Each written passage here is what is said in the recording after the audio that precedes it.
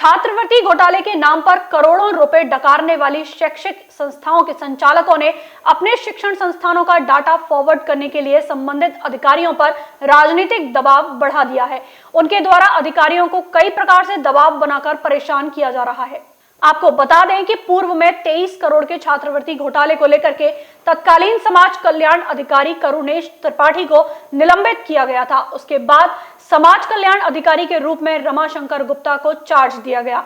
भारी राजनीतिक दबाव के चलते जैसे तैसे रमाशंकर गुप्ता इस चार्ज को संभाल रहे थे, लेकिन दबाव इतना ज्यादा था कि वह परेशान होने लगे। लगभग 540 शिक्षण संस्थाओं में से 100 शिक्षण संस्थाओं के संचालकों ने समाज कल्याण विभाग में अपना डाटा अपडेट तक नहीं किया।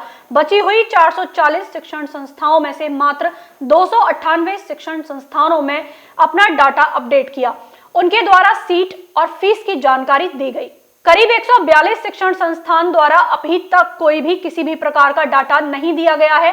सूत्रों के मुताबिक ज्यादातर शैक्षणिक संस्थाएं राजनीतिक रसूखदार परिवारों से संबंध रखती हैं, जिनके चलते इस मामले में कोई भी कार्यवाही अब तक नहीं हो पाई है। वहीं दूसरी ओर फिलहाल 910 संस्थाओं का डाटा फॉरवर्ड किया जा रहा है। डाटा फॉरवर्डिंग के लिए बहुत बड़ा दबाव माना जा रहा है। इससे पूर्व ही समाज कल्याण अधिकारी रहे रमाशंकर गुप्ता राजनीतिक दबाव और परेशानी के चलते अपना ट्रांसफर कराकर उन्नाव चले गए हैं। उनकी जगह पर अल्पसंख्यक कल्याण अधिकारी महेंद्र प्रताप सिंह को चार्ज मिला है। इससे पहले कि वह कुछ समझ पाते, राजनीतिक दबाव आने प्रारंभ हो गए हैं। कुल मिलाकर कहा जा सकता है कि छात्रवृत्ति घोटाले का जिन अधिकारियों का पीछा नहीं छोड़ रहा है, ऐसे में विभागीय अधिकारियों पर बाहरी दबाव है। वहीं दूसरी तरफ इस मामले में कार्रवाई होना अब तक टेढ़ी खीर नजर आता है। समाज कल्याण विभाग में छात्रवृत्ति घोटाले को लेकर के अक्सर सुर्खियां रहती हैं। पूर्व में इस मामले में लेकर के समाज कल्याण अधिकारी रहे करुणेश त्रिपाठी का निलंबन हो चुका है। 23 करोड़ घोटाले का ये मामला है, छात्रवृत्ति घोटाले का।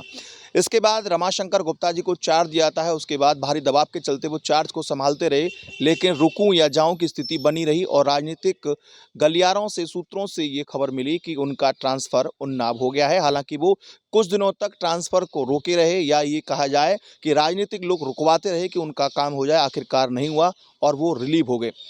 तत्काल की बात करें तो यहाँ पर अल्पसंख्यक विभाग के अधिकारी जो है चार्ज संभाले हुए हैं, लेकिन सूत्र बताते हैं कि उन पर भारी राजनीतिक दबाव है डाटा फॉरवर्ड ना किए जाने का स्कूलों का। ऐसे में सवाल उठता है कि आखिरकार छात्रवृत्ति घोटाले की परत जो मथुरा जनपद से प्रारंभ हुई, उसकी जांच कैसे सफल हो पाएगी और निष्पक्ष तरीके से कैसे लोगों को यह न्याय मिल पाएगा कि आखिरकार उनके साथ क्या हुआ और भ्रष्टाचारी कब तक बच पाएंगे, ये काफ़ी सोचने का विषय है, क्योंकि अभी तक जांच की जो आधारशिला है वो अटकी पड़ी है। अपने साथी गोपाल जग्गा के साथ रवि यादव।